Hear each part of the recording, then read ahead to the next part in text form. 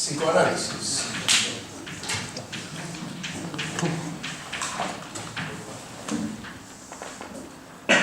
A ver, tiene que quedar muy claro.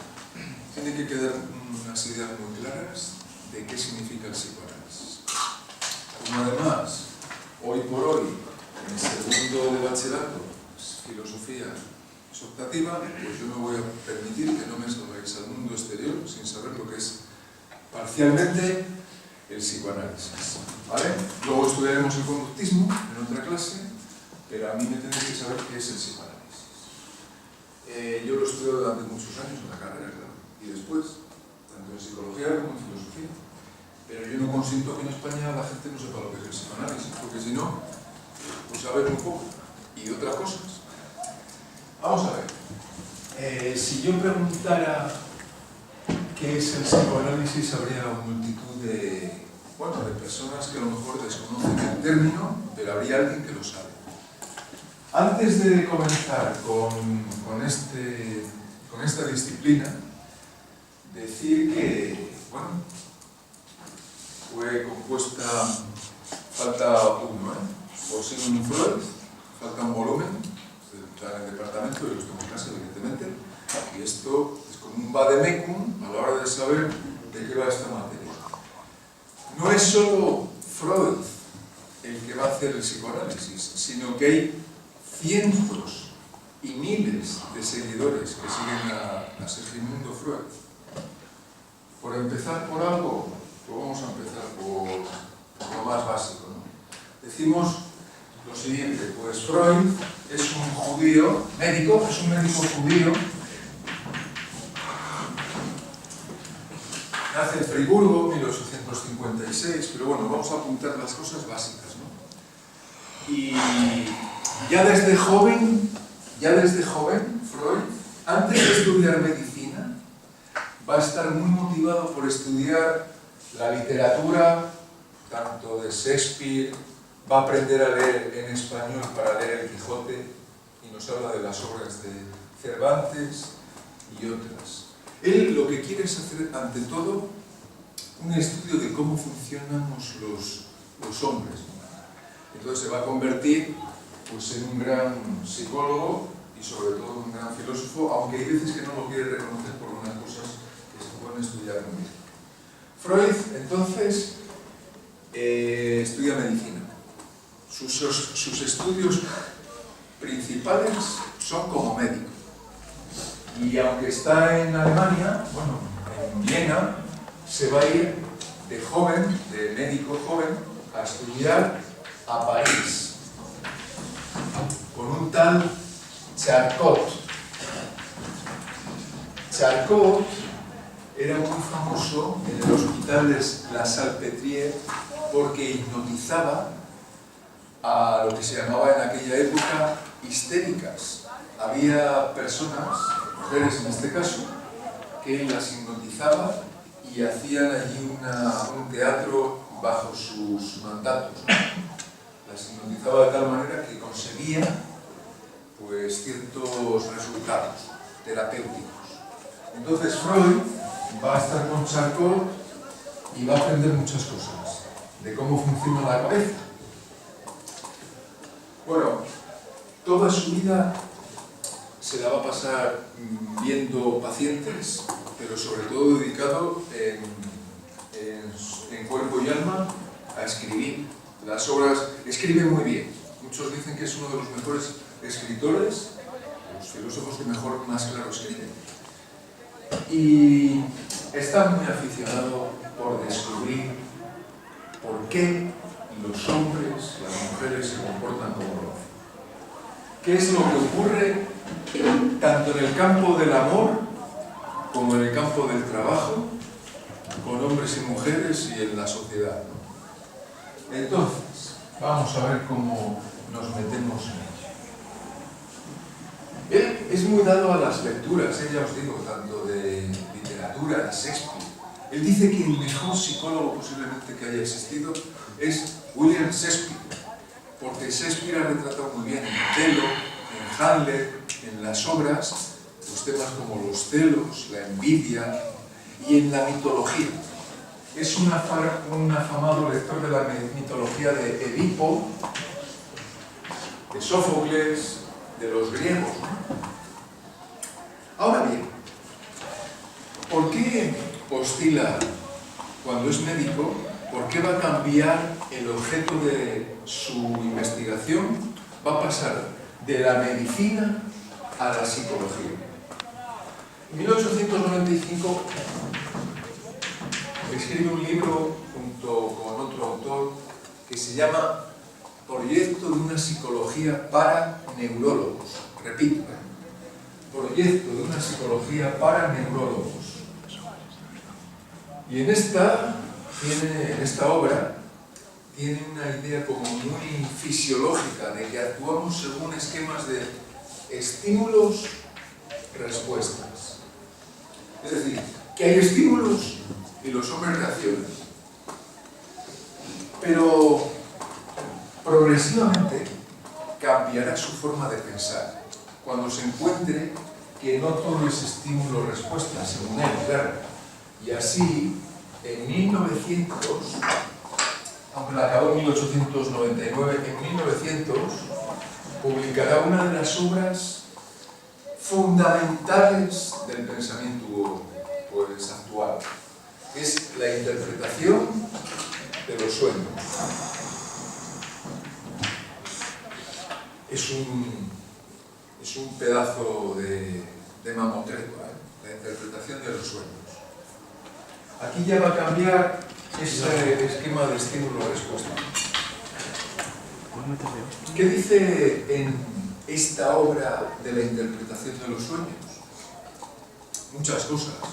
Primero, apuntamos que para estudiar el comportamiento humano hay unos lugares donde hay que buscar bien. Y es en el mundo onírico, en los sueños. Los sueños, para él, son el lenguaje que hay que desentrañar para entender qué trama se oculta debajo de nuestro mundo consciente. Por lo tanto, los sueños son fundamentales para desvelar qué es lo que está ocurriendo en los hombres. Por eso le llama a los sueños la vía regia. Es decir, la vía real, vía regia para descubrir qué ocurre en cada uno de nosotros.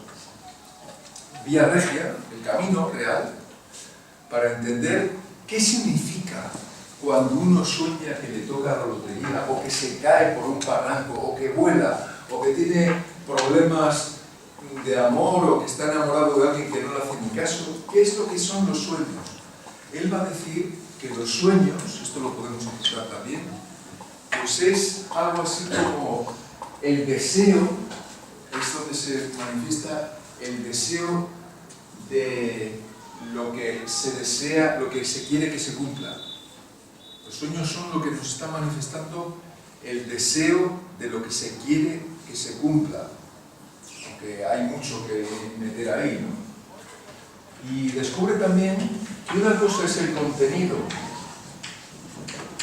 patente. Ejemplo, soñar con un sombrero es el contenido patente que se manifiesta, y otra cosa es el contenido oculto o latente. El contenido latente es lo que significa soñar con un sombrero, que generalmente siempre tiene que ver en Freud con temas referidos a la sexualidad o a la agresividad. Freud va a ser muy criticado en su época porque le dicen que todo para él es sexualidad, que todo, solo busca lo sexual. Se le denominó así como un pansexualista, que todo, para él todo es sexual, y esto no es así del todo, aunque bueno, en gran parte sí. La vía regia, ahora vamos a meternos poco a poco, porque esto, claro, daos cuenta que son miles y miles de páginas y de investigaciones. La vía regia para entendernos, hemos dicho que es el sueño, los sueños. Por eso, en un psicoanálisis que dura 6 años, el psicoanalista se pone aquí el paciente en el psicoanálisis ortodoxo se tumba en un diván, de ahí que muchas de las películas de Woody Allen aparezcan porque él dice que siempre se ha psicoanalizado. En el diván empieza el otro a hablar durante una hora y apunta a los sueños, el psicoanalista, lo que está comentando el paciente. Entonces le está apuntando, pues qué sueños, por qué se olvida. Es muy curioso, porque si soñamos, ¿por qué lo olvidamos? Es muy interesante, no el hecho solo de que no lo sepamos luego olvidar, sino el plantearnos por qué tendemos a olvidar los sueños. Si es algo que nos pasa a nosotros, ¿por qué se olvida a nosotros? Según Freud y según muchas teorías, pues es simplemente porque cuando buscamos el mensaje crítico, sería a lo mejor un poco doloroso para uno saber lo que está teniendo lugar en su propia afectividad. Y por eso se reprime. En Freud ese mecanismo de defensa se llama represión, reprimir lo que uno está soñando, para que no le desvele sus verdaderos deseos. Vais a ver que Freud lo que hace es perturbar totalmente nuestro punto de vista del sentido común. Donde unos dicen, es médico o es cirujano porque le encanta ayudar a los seres humanos, él dice, es médico porque en el fondo lo que le gustaría es descuartizarlos y tiene que hacerlo de una manera culta, es decir, pues analizar cadáveres, etcétera, ser forense, y le da una perspectiva totalmente diferente. O es maestro porque le encanta la docencia. A lo mejor Freud puede decir, es maestro porque es una persona un tanto infantil y tiene que estar ahí en un mecanismo de defensa que lo llama regresión. Es el niño eterno, ¿no? Además de los sueños, tenemos también otras formas de estudiarnos. Ejemplo, laxus lingua. Errores. Cuando uno se equivoca.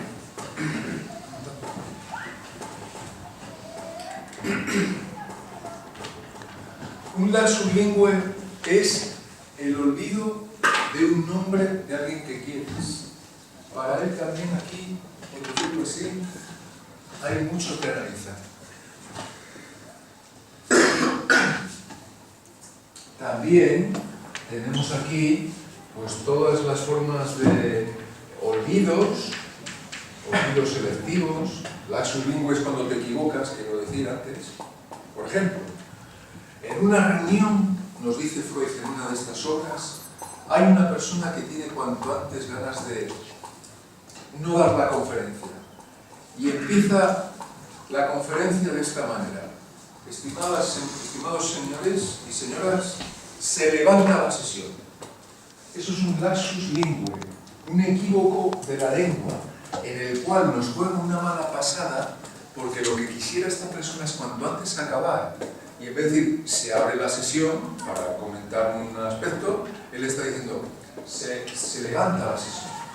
Pues los olvidos, los equívocos, todos estos, ¿no? También hay muchos más, pues, digamos, vías regias, pero el camino más interesante es el de los sueños, y el que más va a estudiar él. Hay un libro que os recomiendo, bueno, varios.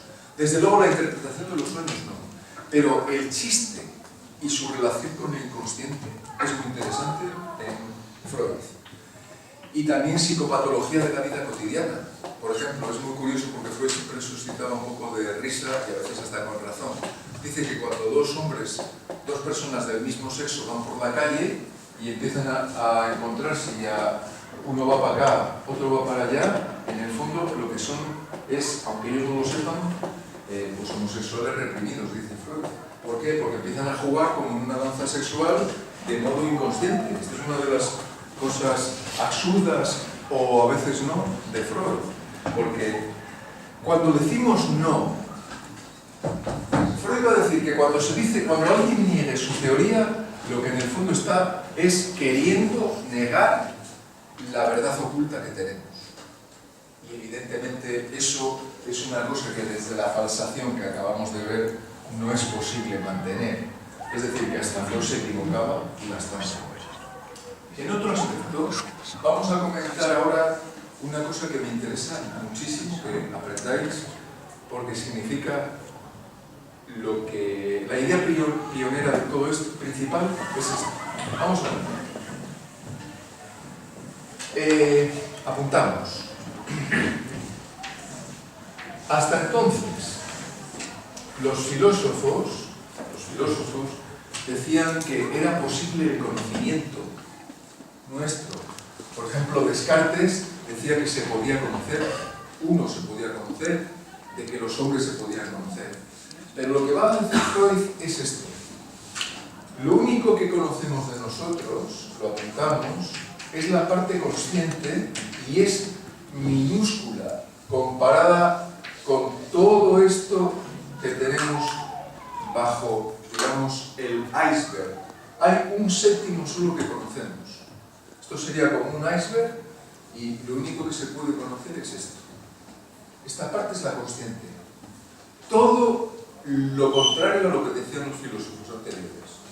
Estamos en 1900, comienzos del siglo XX, ¿no? Lo que va a tratar de estudiar es esto, lo inconsciente. Y solo se puede analizar, como hemos dicho antes, mediante los sueños y el estudio de la vida inconsciente. Inconsciente. Hay una estructura en nosotros que es inconsciente. Es todo esto. Creemos que nos conocemos, pero es muy pequeña la parte de nuestra que nos conoce, que se conoce. Es tan pequeña que a veces da un poquito de miedo que la gente crea que se conoce mucho. Ejemplo, me meto de político porque quiero mucho a la gente. Uy, cuidado, inconsciente, a lo mejor lo haces porque quieres poder, o porque quieres dominar, o porque quieres de una manera un tanto, pues, civilina, que te reconozcan méritos que a lo mejor no eres tanto. Esto también estaría aquí los curas, las monjas y tantas otras cosas, ¿no? Entonces, lo que va a hacer Freud es vapulear todo esto, se va a reír de esto, de creer que conocemos algo. Los seres humanos se conocen muy poco, y por eso lo que propone es el estudio de sí, de uno mismo. Solo se puede hacer a través de un análisis, un psicoanálisis, que vendrá pues dado por la asistencia a una consulta del psicoanalista o por mejorar la educación, etc. Vamos a ver. Entonces, la personalidad en Freud es esto, ¿eh? Nosotros conscientemente dominamos una parte, pero lo que no dominamos es mucho más grande. Es lo inconsciente. No lo conocemos. Y si no lo conocemos, podemos hacer creer que sabemos cosas que no sabemos. Y lo peor para nosotros es creer que tenemos ideas porque nosotros queremos y sin embargo no las hemos analizado, en el peor de los casos. Por eso, hay una primera parte que podemos decir inconsciente, consciente. Y luego también hay otra parte de la personalidad nuestra que lo llama la tópica, el aparato psíquico, y lo vamos a llamar así, ¿no? Hay un ello, lo vamos a llamar así, luego explicamos lo que hay. Está el yo y el superyo. Esto no está en nuestro cuerpo, no está así, no aparece así. Es una forma didáctica de entenderlo. ¿Y qué quiere decir esto? Primero, el ello, apuntamos, es una parte, digamos, muy importante. Es la zona, el ello, lo llaman en latín también el id, es la parte de la sexualidad y agresividad. Sexo y agresión están aquí, el ello. Hay una parte nuestra que solo quiere ser colmada o colmar los deseos sexuales o agresivos. Esta parte. Es inconsciente en su gran parte. Luego está el yo, que es muy pequeñito. El yo es el principio de realidad. El yo, por ejemplo, es ahora. Nosotros ahora, en este momento, estamos en un plano consciente. Decimos, yo soy Miguel Ángel, o yo soy Julio. Es la parte consciente. Este es el principio de placer.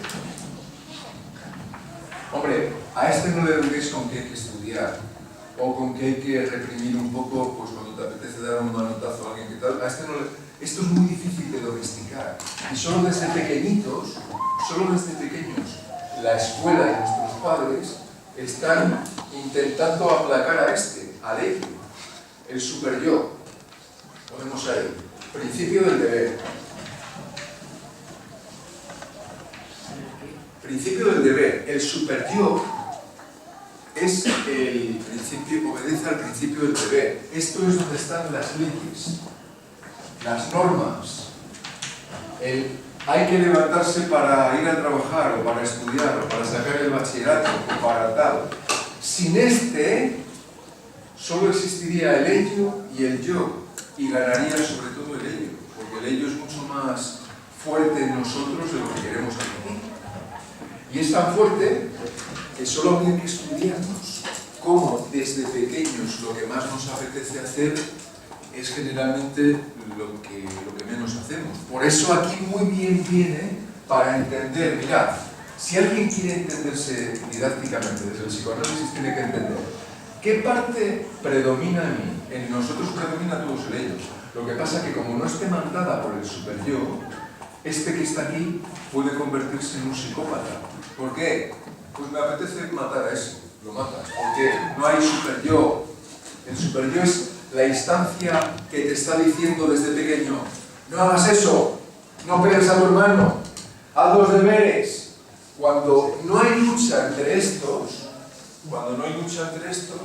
evidentemente este se lo lleva todo. Es una forma metafórica de hablar. Es una forma metafórica de hablar. Porque si nosotros ahora abrimos cualquier cuerpo nuestro, no existe un ello, ni un yo, ni un superyo. Son formas, por decirlo así, básicas de estudiar la personalidad humana. Entonces lo que nos viene muy bien es estudiar la cultura.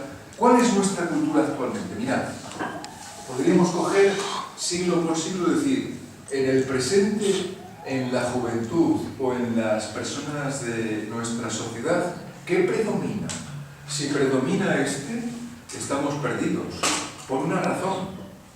Si solo predominara el ello, lo que nos apetece, nadie haría los puñeteros deberes, nadie querría trabajar para hacer una profesión, para mantener, por ejemplo, un país, etc. Y por eso se puede estudiar muy bien a una persona diciendo qué es lo que está predominando en ti. El superyo puede ser muy tiránico también, en el sentido que dices, joder, tengo que hacer los deberes todo el día, pero no está tan mal tener superyo, porque si no tienes superyo, el ello no te va a mantener a flote. Lo que siempre tenemos que saber es una cosa: siempre tendremos problemas con estas tres cosas. El yo dice, bueno, yo estoy aquí, pero el ello nos está empujando a vivir gozosamente y el superior a decir, oye, frena un poco, ¿no? Entonces siempre tiene que haber tensión. El problema sería que hubiera mucho superyo. Cuando hay mucho superyo, esa persona es totalmente inflexible. Inflexible en el sentido de que no tolera las amenazas del exterior. Esto tendría que ser de otra manera. Cuando hay mucho ello, es psicópata. Entonces, cuando hay mucho yo, narcisista. Esto nos lo estudió muy bien los psicoanalistas.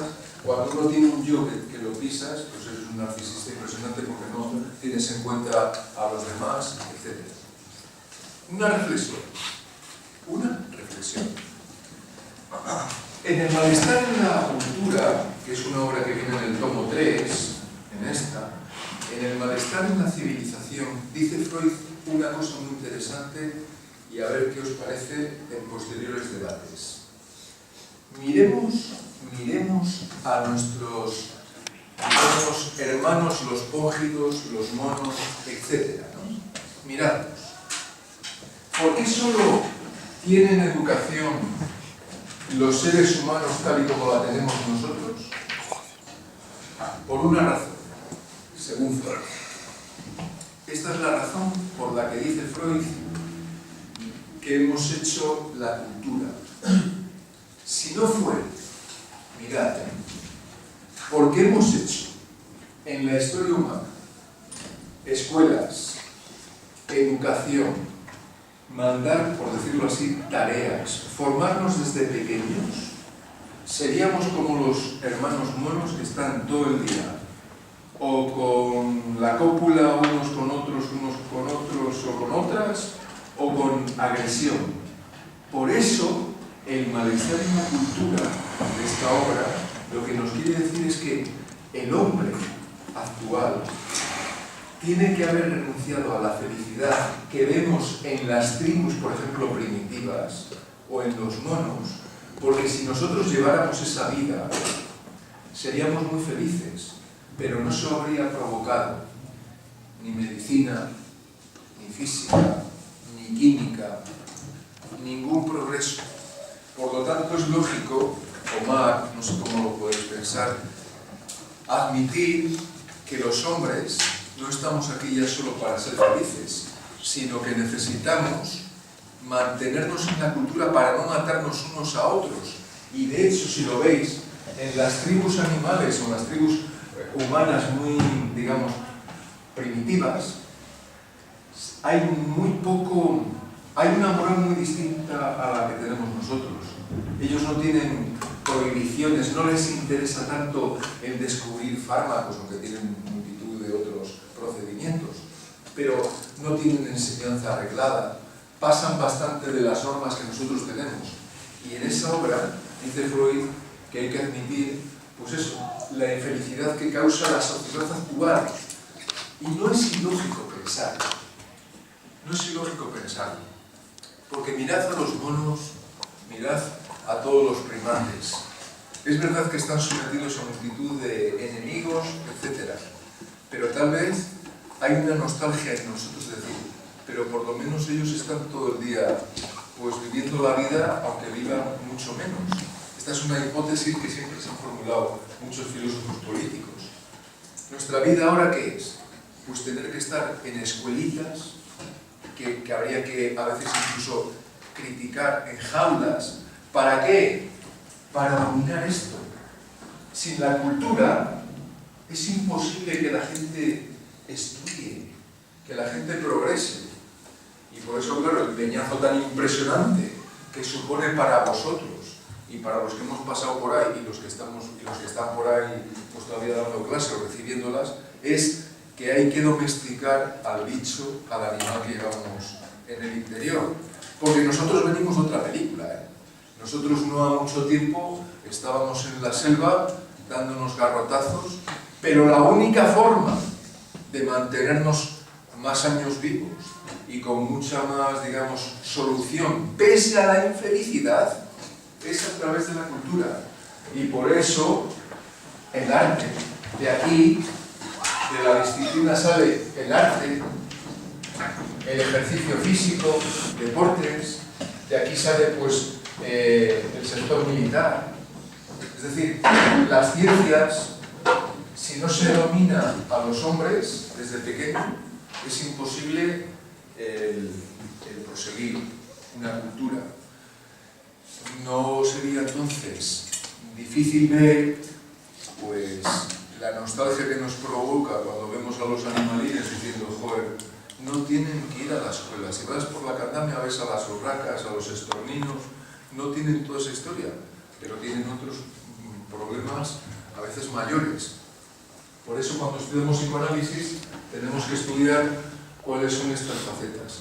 Y ya para ir acabando, si queréis luego podéis hacer alguna pregunta, para ir acabando decir que ya que creemos que nos conocemos, hay multitud de cosas en nosotros que están reprimidas y que en nuestra conducta tendemos a olvidar.